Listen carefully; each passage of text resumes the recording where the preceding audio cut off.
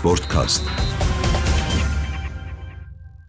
Ֆուտբոլի նկատմամբ նույնիսկ անտարբեր մեր քաղաքացիները, մարդիկ որոշ չափի իհարկե հետաքրքրություն այժմ ցուցաբերում են, քանի որ ընթացքի մեջ է աշխարհի առաջնությունը, մենք դրան անդրադառնում ենք այս շաբաթների ընթացքում, իհարկե ուշադրության կենտրոնում ենք պահում նաև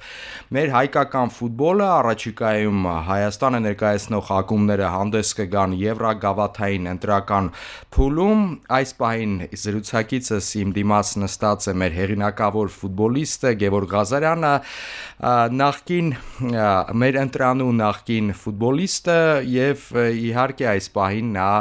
զբաղեցնում է Արարատ Արմենիա ակումբի գլխավոր մարզչի օգնականի պաշտոնը, այս ակումբում է Գևորգ, առաջին հերթին շնորհակալ եմ հրավերս ընդունելու համար եւ իհարկե շնորհավորում եմ չեմպիոնական տիտղոսը նվաճելու առիթով։ Ես նույնպես շնորհակալ եմ եւ հրավերքի եւ շնորհավորանքի համար։ Իհարկե առաջին հերթին կանդրադառնանք ավարտված մրցաշրջանին եւ առաջիկա անելիքին։ Մրցաշրջանից առաջ, մրցաշրջանը վերլուծելիս շատ փորձագետներ անդրադառնում են եւ խոսում են ինչին պատրաստել տվյալ ակումբը մրցաշրջանից առաջ, ինչի հասավ, ինչպիսի խաղ ցուցաբերեց։ Այս պարագայում ավելի խորը վերլուծությունը իհարկե անում են ակումբների մարզչական շտաբներում։ Գնահատում են այն, ինչ կար մինչ մրցաշրջանի սկիզբը եւ այն, ինչին տվյալ ակումբը, տվյալ թիմը հասավ մրցաշրջանի ավարտին։ Այն ուղենիշերը, որոնք որ տրվեց ակումբների մարզչական շտաբից, այն ռիսկերը, որոնք հաշվարկվեցին մրցաշրջանի ընթացքում, մինչ մրցաշրջանի սկիզբը, ես վստահ եմ, որ դուք նաև որպես մարզիչ այս ամենը դիտարկում եք, նաև մարզավիճակի հնարավոր տատանումներն եք հաշվարկում, սկզբնամասում հետագայում փորձում եք դրան լուծումներ տալ եւ ի վերջո նաեւ ինչպես թիմը հասավ իր ստաբիլ խաղով հասավ այս տիտղոսին։ Այս ամենը ես կփորձեմ, ես խնդրում եմ ձեզ ընդհանուր գնահատական տակ եւ հնարին չափ փակագծերը բացեք։ Ուրեմն ամենասկզբից սկսեմ, երբ նոր մարզչական շտաբ ունեցանք, իրենք եկան իրենց պատկերացումներով, իրենց փիլիսոփայությամբ, որը որ հեռու չէր այն ինչ որ կար Արարատ Արմենիան Վարդան Մինասյանի գլխավորությամբ, երևի թե դա ինչ որ չափով օգնեց, որովհետև շատ բան չփոխվեց, իհարկե մենք կորցրեցինք առաջատար ֆուտբոլիստների եւ սպասում էինք, որ ունենայինք մոտավոր համարժեք փոխարինողներ, չեմ կարող ասել արդեն մեր հարցը մենք լուծել ենք, բայց ամեն դեպքում երևի թե չունեցանք այդ համարժեք փոխարինողներին, դրա փոխարեն երևի թե ավելի շատ շեշտը դրվեց թիմային ֆուտբոլի, ոչ թե անհատական ֆուտբոլիստների, բայց նաև պետք է նշեմ, որ մենք ունենք նաև անհատականություններ, որոնք որ ավելի շատ իրենց խաղով դարձան թիմային ֆուտբոլիստներ եւ օգնեցին թիմին հասնել այդ հաջողությանը։ Իհարկե ընթացքում ինչպես նշեցիք, ռիսկեր հաշվի առնելով որոշակի տեղաշարժ թիմը դեպի լավ, դեպի վատ լինում է մրցաշրջանում, բայց ընդհանուր առմամբ ամբողջ մրցաշրջանին նայելով կարող եմ ասել, որ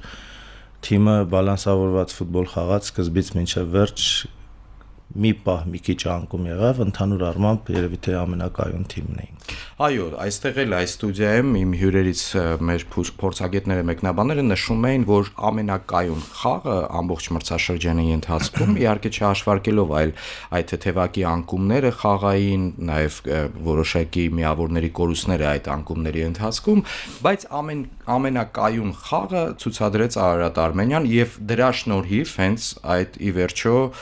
տիտղոսը նվաճվեց, Հայաստանի չեմպիոն հռչակվեց։ Մենք տեսանք, որ մրցաշրջանի ավարտական խաղափուլերում Արարատ Արմենիան ուներ որոշակի միավորների այսպիսի ասած պահեստավորում եւ դա օգնեց Արարատ Արմենիային նույնիսկ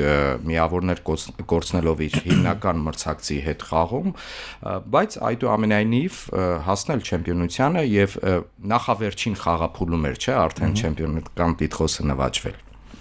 Նախավերջին փուլում, այո, Փյունիկ նոախաղում չեմպիոնական տիտղոսը նվաճվեց, Դրանից զատ մենք նաև ճիշտ է հաղթեցինք վերջին խաղում, բայց այդպես ստացվեց, այդ միավորների պաշարը մենք ունեցանք դեռևս առաջին մրցաշրջանի առաջին հատվածից, հետո երկրորդ հատվածում սկզբնավասում կորցրեցինք, այսպես ասած նորից հավասարվեցինք մեր անմիջական մրցակիցներին 1-2 միավորի տարբերություններ, բայց հետո նորից կարողացանք հավաքել մեր մրցակիցները շատ կարևոր միավորներ կորցրեցին, թե իրար մեջ խաղերում, թե եղավ հետնապահների դեմ, ընդհանուր հետաքրքիր մրցաշրջան ստացվեց եւ շատ ուրախ ենք։ Դուք ձեր միավորները վաստակում եք նաև հետնապահների հետ խաղերում եւ անմիջական մրցակիցների հետ էլ, ինչպես դուք նշեցիք, մրցաշրջանի առաջին կեսում անմիջական մրցակիցների հետ բավական լավ խաղ ցուցաբերեցիք եւ միավորներ վաստակեցիք այդտեղ։ Այո, մենք երևի թե քիչ միավորներ կորցրեցինք հետնապահներին եւ այսպես առաջին 5 թիմերի մեջ իրար մեջի խաղերով ամենաշատ միավոր վաստակած թիմը մենք էինք։ Դա նույնպես փաստում է, որ կայունության ինչ որ եւ դա ցուցաբերում է, որ դուք արժանի եք իսկապես այս տիտղոսին, որովհետեւ եթե այդպես նայում ենք հետնապահներին, այսինքն 6-րդ տեղից ներքև, դե հետնապահ անվանելն էլ կարծես թե թույլատրել չէ, որտեղ բոլոր ակումբները միավորները վաստակում են դիմա, տարբեր պայքար է գնում, բայց առաջի հնգյակը, որը պայքարում էր նաև եվրաուղեգրերի, նաև մրցանակային տեղերի համար, այո, բավական ուժեղ էր եւ փոկվել էր մրցաշրջանի կեսից, միավորներով փոկվել էր մյուս հնգյակից, բայց այդուամենայնիվ այդ հնգյակի միջև պայքարը մեծ էր եւ Իդեպ այդտեղ չի խանգարում այն հանգամանքը, որ տարբեր ձեր մրցակից ակումբները, նաև դուք տարբեր թվով խաղեր եք անցկացնում եւ մրցաշրջանի ավարտին մոտեցաք այդ թիմեր կային, որոնք որ դեռևս խաղեր չէին անցկացնել։ Դա կարծես մրցաշային աղյուսակը ել ավելի էր խառնում, այսպես ասեմ։ Դա խառնում էր որոշակի, բայց կարծում եմ դա ճիշտ չէ, պետք է մրցաշարում հատկապես վերջին հատվածում թիմերը ունենան հավասար քանակությամբ խաղեր եւ խաղան միաժամանակ նույն ժամին վերջին տուրերում այդպես չեղավ, օրինակ ես կարծում եմ պետք չէր որ Նուապյունիկ խաղը այդքան հետաձգվեր եւ ստիպված դրեցին վերջին խաղից առաջ մյուս խաղերը նույնպես այնտեղ կարծեմ թե Ուրարտու Շիրակ Ալաշկերտ իրենք եւս պայքարում են եվրոզոնայում գտնվելու համար եւ խաղացին տարբեր օրեր, այսինքն Ուրարտուն վերջին խաղից առաջ իր գիտեր, որ ինքը էլ շանս չունի։ Կարծում եմ, պես պահերը նույնպես կարիք ունի շտկման։ Եվ մի բան էլ կուզենամ նշեմ, ընդհանրապես արժանի լինելու չեմպիոնության կամ փաստեր մանգալու մի քիչ այդ բառը ճիշտ չեմ համարում, քանի որ եթե թիմը չեմպիոն դարձել է, դա արդեն այդ արժանին պետք է դնել մի կողմ, չեմպիոն 1 խաղով չեն դառնում, 3 խաղով չեն դառնում, այսինքն դա նշանակում է, որ իրենք արել են մաքսիմում իրենց հնարավորությունների, որ դառնան։ Եվ իհարկե այստեղ շատ կարևոր է, որ մեր առաջնությունը անցկացվում է լիգայի այսպես ձևաչափով, այլ ոչ թե կան առաջնություններ, որտեղ լիգայի ձևաչափը հետագայում play-off է, այնտեղ նույնիսկ ձեր ասած մեկ խաղը կարող է բավական որոշիչ լինել։ Թիմը, որը ամբողջ մրցաշրջանում այդպիսի կայուն խաղ չի ցուցաբերում, բայց կարող է մեկ խաղին դուք որպես ֆուտբոլիստ կարող եք ասենք 4-րդ տեղով մեծ աճոկների տարբերությամբ կան play-off, այնտեղ հա, եւ կարողանան պատրաստվել այդ գավաթային ձևաչափին։ Իհարկե վերադառնանք նաեւ թիմի ցուցադրած խաղին, Գևորգ, դուք նշեցիք, որ այդ մրցաշրջանից առաջ որոշակի փոփոխություն տեղի ունեցավ կազմի մեջ եւ որոշ առաջատար ֆուտբոլիստների թիմը կորցրեց, բայց կարողացավ համախմբվել եւ ձեր մարզչական կազմի որոշումների եւ տրված լուծումների շնորհիվ այդ թիմային խաղը ցուցաբերել։ Հիմա անհատապես անցնենք ըստ դիրքերի, դե դուք որպես ֆուտբոլիստ հանդես եք եկել հարցակման գծում, այստեղ ինչ խնդիրներ կային եւ ինչպիսի լուծումներ տրվեցին։ Հարցակման գծում։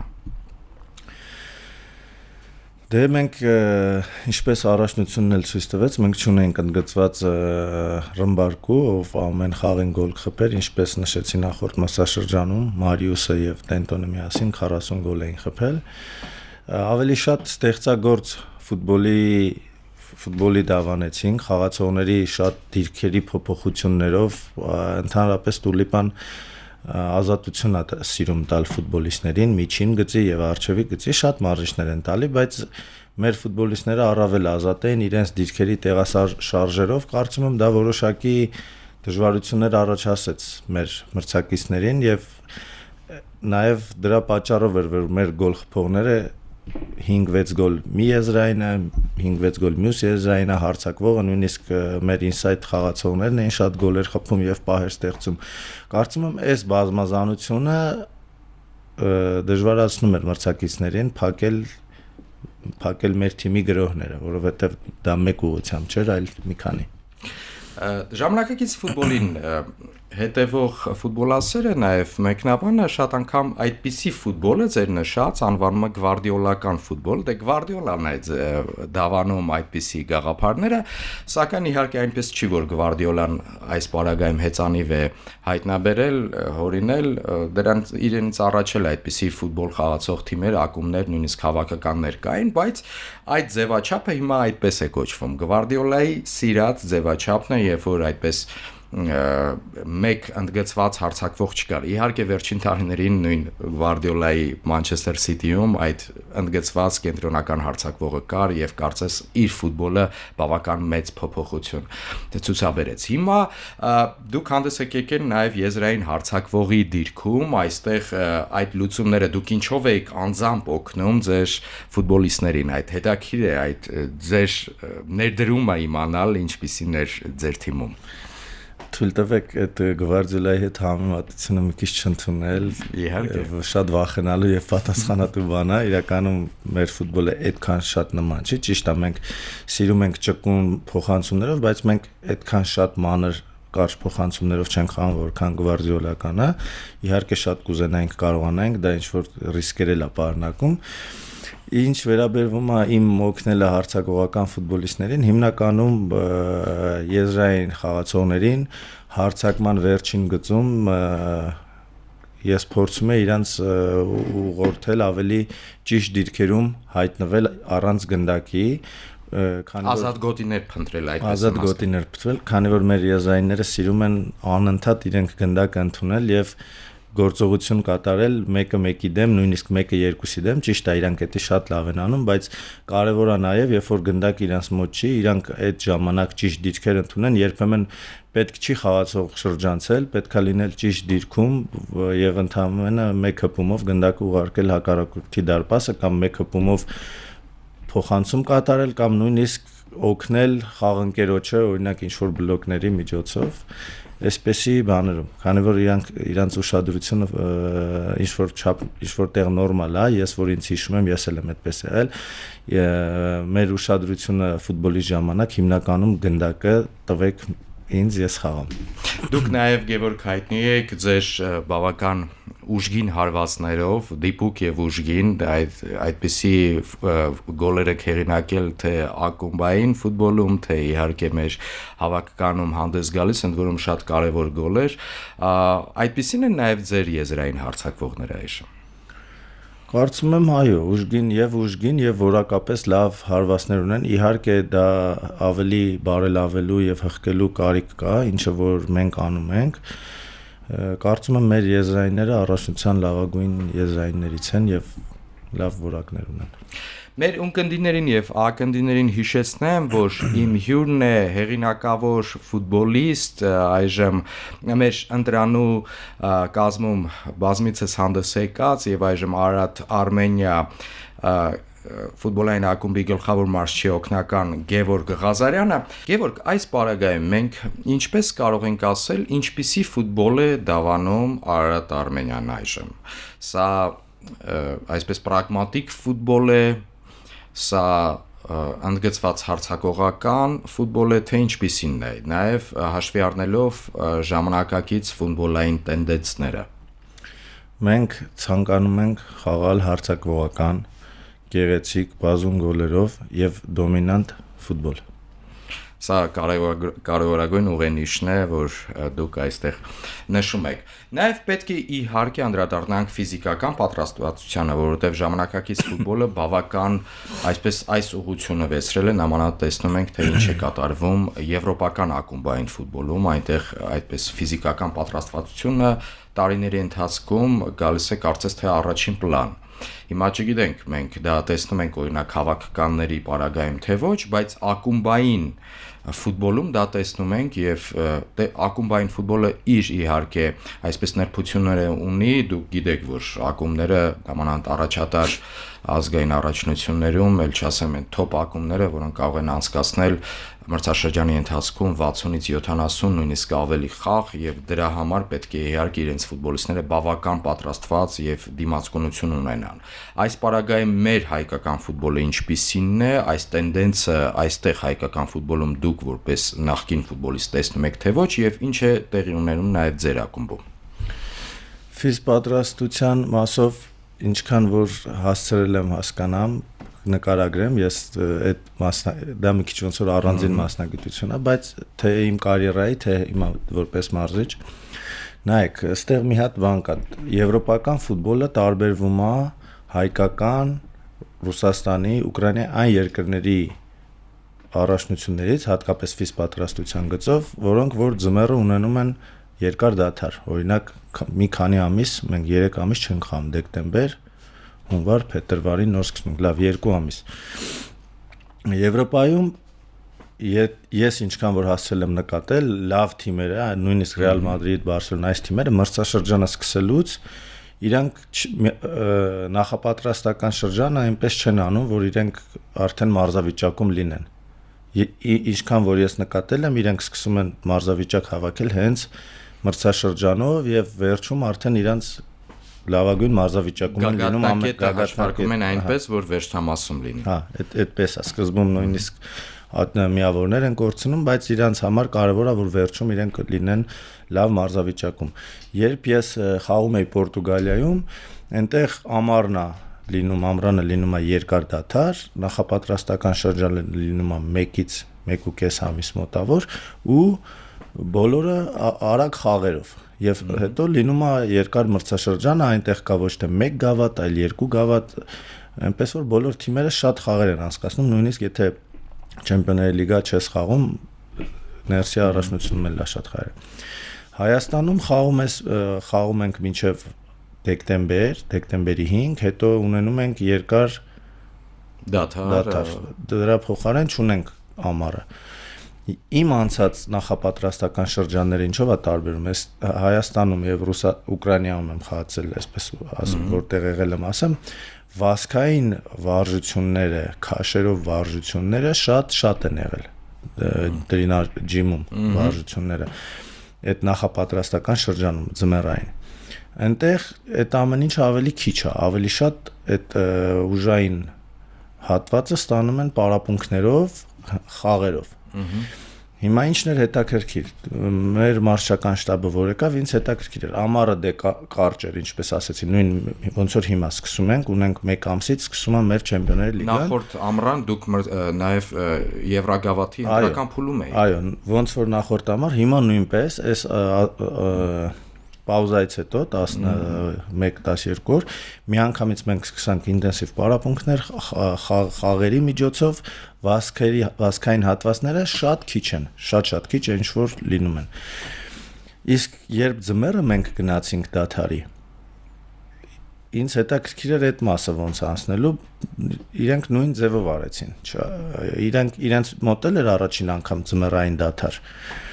Նույն ձև արեցին, ոնց որ ամառը առանց վազքերի, առանց քաշերի, բարձր ինտենսիվության պարապմունքներ, ուզում էի տեսնել ինչպես կլինի։ Ըստ իս մենք էլի լավագույն մարզավիճակում չմոտեցանք առաջնությանը։ Երկրորդ հատվածը, եթե հիշեք, սկզբի խաղերում հենց մենք աչոկներ կորցրեցինք, հենց առաջի խաղում Փյունիկին պարտվեցինք, Ալաշկերտին պարտվեցինք, մի հատ ոչ ոքի արեցինք։ Իմ ինչքան որ ես պատկերացնում եմ, պետքա այդ հատվածում հայկական թիմերը ավելի լավ մոտենան, քանի որ կարճ է, Եվրոպայի նման երկար չի, ընդամենը 2 ամիս։ Այդտեղ պետքա մենք արդեն լավագույնս մոտիկանանք ու այդ 2 ամիսը հնարավոր է պահել այդ մարզավիճակը։ Հիմա ձեր ասածը հաշվի առնելով ես հասկանում եմ, որ այս ամառային հատվածում, իսկ յուրաքանչյուր ակումբ վստահ եմ նաև Արարատ Արմենիան կարևորում է Եվրագավաթում իր ելույթները, պետք է այնպես անել, որպեսզի թիմը լավ մարզավիճակով գա, պատրաստվի, արդեն լավ մարզավիճակ ունենա Չեմպիոնների լիգայի ընտրական փուլում։ Սա այս յուրահատկությունն է մեր հայկական ֆուտբոլի։ Այո, այդ առումով մենք հիմա մարզավիճակի խնդիր պետք է որ չունենանք, քանի որ 10 օր է, շատ երկար ժամանակ չի վերջին օֆիցիալ խաղից, կունենանք հավաք, կունենանք լավ թիմերի հետ ընկերական խաղեր, կարծում եմ, որ մարզավիճակի խնդիր պետք է որ չլինի։ Իհարկե ցանկալի կլիներ այն թիմերը, օրինակ Բելարուսյան անցած տարի որ խաղաց Ուրարտուի դեմ բելարուսական թիմը, ովքեր մրցաշրջանի ընթացքում են օֆիցիալ խաղերով ավելի լավ մարզավիճակում են, ինչ ուզում ես արա, ընկերական խաղերը համապատասխան չեն օֆիցիալ խաղերին, բայց կարծում եմ այդ դրա խնդիրը չի լինելու, մյուս թիմերը նույնպես պետքա որ չհաշված Բելարուսյան, չգիտեմ էլ որ երկիրն է, նույն վիճակում են մոտենում։ Մեր ակնդիներին հիշեցնեմ, որ իմ հյուրն է Արարատ Արմենիա ֆուտբոլային ակումբի գլխավոր մարզչի օգնական, մեր հայտնի հեղինակավոր ֆուտբոլիստ Գևորգ Ղազարյանը։ Գևորգ, մոտեցանք այս հատվածի ավարտին ակումբի մասին մեր զրույցի, իհարկե Եվրագավաթն է կարևոր, փոքրինչ դուք դրա մասին խոսեցիք, մեր ակնկալիքները որոնք են։ Արարատ Արմենիան նախորդ մրցաշրջանի սկզբից առաջ հանդես եկավ, կրկնում եմ, Եվրագավաթային ընտրական փուլում կոնֆերենցիաների լիգայի լավ խաղ ցուցադրեցիք, բավական ոմանց համար նույնիսկ անսպասելի, ոմանք չեն սպասում ուժեղ մրցակցի հետ այսպիսի լավ խաղ, որ Արարատ Արմենիան այսպես միջև վերջի րոպեները պայքար մղի։ Այս մրցաշրջանում ի վերջո որպես չեմպիոն հանդես է գալու Չեմպիոն լիգայի ընտրական փուլում, այստեղ մեր ակնկալիքները ինչպիսին պետք է լինեն։ Այստեղ մենք ունենք բարձր պատասխանատվության զգացում, ինչ-որ տեղ ճնշում, հաշվի առնելով վերջին մրցաշրջաններում չեմպիոնների գրանցած որոշակի հաջողությունները, մենք նույնպես ցանկանում ենք, վերջերս հանդիպում ունեցանք մենք ակումբի սեփականատիրոջ Սամվել Կարապետյանի հետ եւ մինիմումը մենք պետք է ունենանք կոնֆերանս եւ ցանկալին եւ հաջողված կհամարենք, երբ դառնանք առաջին ակումբը, ով կխաղա օրինակ Եվրոպայի լիգայում, չենք ունեցել խմբային փուլում ներկայացուցիչ, Չեմպիոնների լիգայի մասին խոսալը շատ բարդ է իհարկե, այնպես որ մինիմումը պետք է ունենանք կոնֆերենցների լիգայի գրուպ։ Առնվազագույնը այդ ուղենիշն է, առավելագույնը Չեմպիոնների լիգայի այդ ընտրական փուլով հնարավոր չափ առաջ անցնել։ Եվրոպայի լիգայի գրուպը։ Նաև Եվրոպա լիգայի դա էլ այսպես միջինացված ուղենիշն է, որքան ես հասկանում եմ։ Գևորգ, նաև անցնենք եւ խոսենք փոքրինչ նաև աշխարհի առաջության մասին։ Կներեք, բայց մինչ այդ շատ կարևորագույն մի ներփությանը հայկական ֆուտբոլի պետք է անդրադառնանք։ Հայաստանի ֆուտբոլի ֆեդերացիան որոշում կայացրեց, որ այսուհետ հաջորդ մրցաշրջանից սկսած Հայաստանի Պրեմիեր լիգան կազմված կլինի 12 ակումբներից։ Սա ճիշտ որոշում էր ձեզ, թե ոչ։ Կարծում եմ դա լավ է, երբ ակումբների քանակը շատանում է, հույսով եմ, որ կունենանք լավ ուժեղ ակումբներ, որպեսզի մրցակցություն ապահովեն, չլինեն շատ թույլ, դա լավ կլինի։ Ընդհանուր ձևաչափը չգիտեմ ոնց է լինելու, դեռ քանի խաղով է լինելու, ոնց անցկացվելու, բայց դրական եմ գնահատում ակումբների շատանալը։ Եվ աշխարհի առաջնություն հավաքականների խաղը շատերը հիմա նշում են, որ բավական տարբերվում է ակումբային ֆուտբոլից, նամանավանդ երբ որ ակումբային մրցաշրջանը այդպիսի բավական ծանրաբեռնված մրցաշրջանը ավարտվում է եւ ֆուտբոլիստները արդեն հավաքվում են իրենց ազգային ընտրանների կազմում, հավաքների եւ հանդես են գալիս խոշոր մրցաշարերում։ Սա խոշորագույն մրցաշարն է 4 տարին մեկ անցկացվող եւ ամենաբաղձալի տիտղոսն է յուրաքանչյուր ֆուտբոլիստի եւ հավաքականի համար։ Հիմա որքանով է ձեր գնահատմամբ հավաքականների ֆուտբոլը տարբերվում ակումբային ֆուտբոլից։ Առաջին հիմնական աչքի ընկնող բանը նա է, որ հավաքականների խաղերը ավելի դանդաղ են, քիչ ինտենսիվությամբ են, դա մի քանի պատճառ ունի։ Իմ պատկերացումով դա առաջինը ֆուտբոլիստների համագործակցությունն է, քանի որ այն ընդամենը մի քանի ամիսը մեկ-երկու խաղ են անցկացնում։ Մեկ շաբաթով հավաքներ են անցկացնում։ Դրա պատճառով համագործակցությունը ֆուտբոլիստների այդքան բարձր մակարդակի չէ, ինչպես ակումբում, եւ երկրորդը երևի թե եղանակային պայմաններն են, շատ շոկ լինելու պատճառով դժվար է ապահովել այդպիսի բարձր ինտենսիվության խաղեր։ Երևի թե մենակ այդ համագործակցության խնդիրը չունի Իսպանիայի հավաքականը, կարծում եմ կորիզոնի այսպես մնացած թիմերի մոտ կա այդ խնդիրը։ Ես հիշում եմ, երբ Լեհաստանում եւ Ուկրաինայում էին Եվրոպայի առաջնություններ, բանի խաղին եղա Ֆրանսիա-Անգլիա Դոնեցկում էր, շատ դանդաղ ու անհետաքրքիր խաղեր, իսկապես գրանդ հավաքականներ են։ Այնպես որ, չգիտեմ, տեսնենք, հուսանք, որ լավ խաղեր կունենանք, հետաքրքիր եւ մեծ հաճույքով կնայենք։ Այսպիսի նաև ձևաչափը, որը ընտրել է FIFA-ն, անցկացնել խոշոր մրցաշարը միանգամից 3 երկրներում, այդտեղ իհարկե բավական ծանրաբեռնվում է ֆուտբոլիստը եւ յուրաքանչյուր թիմը այդ երկար տեղափոխումների պատճառով, նաև որոշակի եղանակային այդ պայմանները, որոնք դուք նշեցիք, դե պարզ է, որ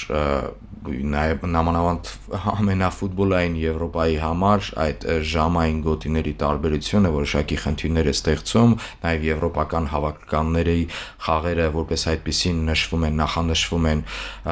այնպիսի ժամերի, որ Եվրոպայում երեկո լինի եւ դա ստացվում է, որ Հյուսիսային Ամերիկայում կեսօր է կամ ցերեկային ժամերն են, բավական դաժան ժամեր են եղանակային պայմաններից ելնելով։ Սա բավական ձեր կարծիքով սա դիտարժանության վրա ակնհայտ ազդում է թե ոչ։ Ակնհայտ ազդում է, շատ բարդ է 30+ աստիճանին խաղալը, նույնիսկ վտանգավոր է իրականում, եթե ապահովեն այն աշխատանքը, ինչ որ սովորաբար են անում, իրականում դժվար է, բայց վերջին տարիներին արդեն ֆուտբոլիստներն էլ սովորել են հեռուստատեսային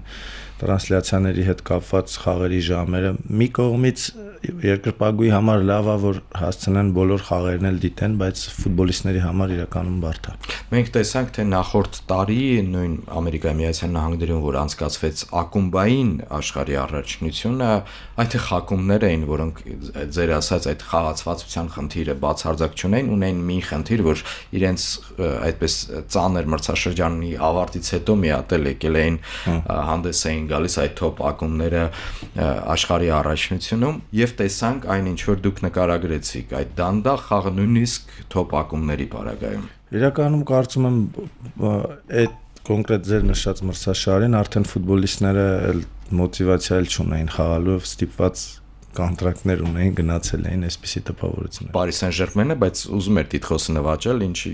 ինչին խանգարեց Լոնդոնի Chelsea-ն։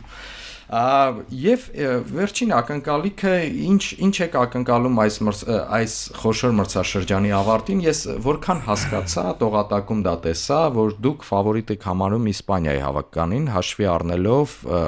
այդ հավաքականի այդ ինչպես դուք նշեցիք, այդ խաղացված կորիզը հիմնական ֆուտբոլիստներից կազմված եւ ի վերջո ուժեղագույն եվրոպական ուժեղագույն հավաքականն է։ Այո, եւ ինձ դուր է գալիս ինչպես է խաղում Իսպանիայի հավաքականը, կարծում եմ թիմային ֆուտբոլն են խաղում, միևնույն ժամանակ գրավիչ եւ հաճելի երկրպագուի համար։ Պորտուգալիայում հանդես եք եկել, Պորտուգալիան ձեզ համար ֆավորիտ չէ։ Պորտուգալիան եւս ֆավորիտների մեջ է, կարող ենք նշել ոչ միայն Պորտուգալիան, Ֆրանսիան, Անգլիան։ Եվրոպական թիմերին եք միայն նշում, բա եթե Ամերիկա մայրցամաքում է անցկացվում այդտեղ Բրազիլիան, Արգենտինան։ Այս անգամ չէ։ Ինչ որ չափով երևի թե Արգենտինան, բայց Մեսին այլևս ցավոք սրտի իմ ամենասիրելի ֆուտբոլիստը այն չէ, երևի թե հեսա տեսնենք։ Դե պարզ է կարիերայի ավարտ։ Բայց Արգենտինան նույնպես ունի առավելություն, այդ ինչ որ նշեցի Իսպանիայի պահով խաղացվածության իրանք նույնպես ունեն, քանի որ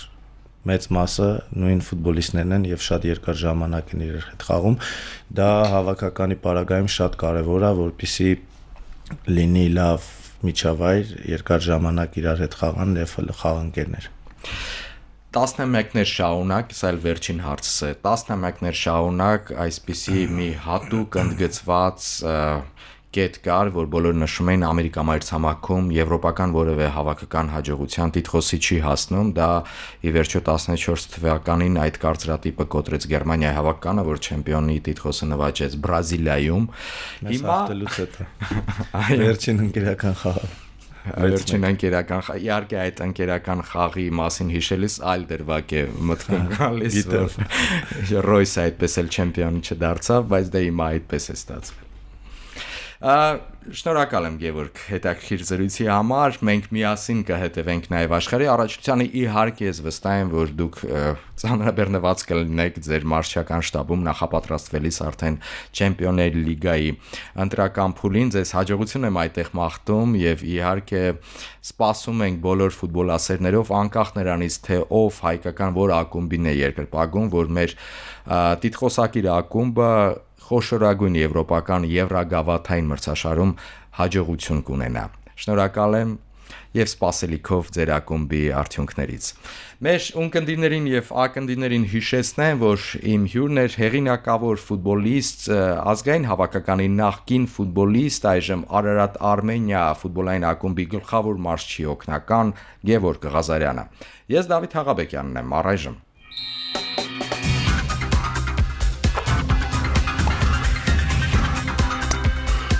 Sportcast